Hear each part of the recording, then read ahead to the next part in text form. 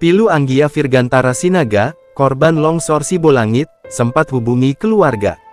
Petugas kembali mengevakuasi korban longsor di Desa Sembahe, Kecamatan Sibolangit, Deli Serdang, Sumatera Utara, Kamis tanggal 28 November tahun 2024. Menurut Kapolrestabes Medan, Kombes Pol Gideon Arif Setiawan, siang ini ada 2 orang korban yang ditemukan di balik timbunan longsor.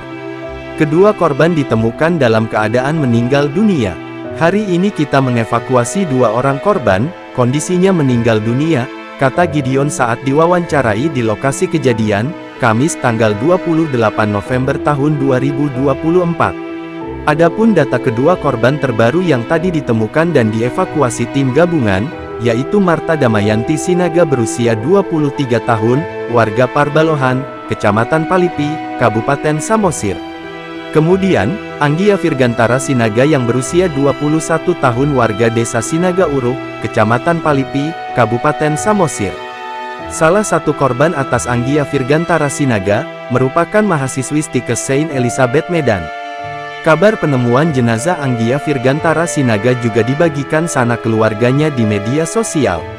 Laeku itu, menceritakan bahwa pada tanggal 26 November tahun 2024 sekitar pukul 24 WIB, mereka masih berkomunikasi lewat telepon.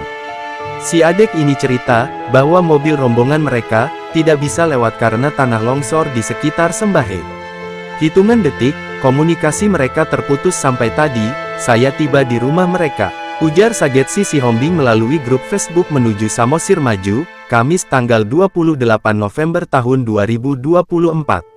Sejak Rabu tanggal 27 November tahun 2024 kemarin hingga siang ini, Kamis tanggal 28 November tahun 2024 sudah ada 9 korban meninggal dunia yang berhasil ditemukan dan dievakuasi.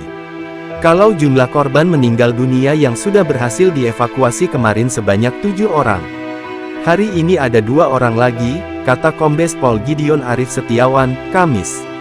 Seluruh korban kemarin sudah diserahkan kepada pihak keluarga masing-masing, setelah dilengkapi berita acara, sambungnya. Kombes Gideon menyampaikan, selain ada korban meninggal dunia, puluhan warga juga mengalami luka akibat musibah longsor ini. Korban luka-luka sudah menjalani perawatan di Rumah Sakit Adam Malik. Total ada 20 orang korban luka. Mereka sudah mendapatkan perawatan intensif, ujarnya.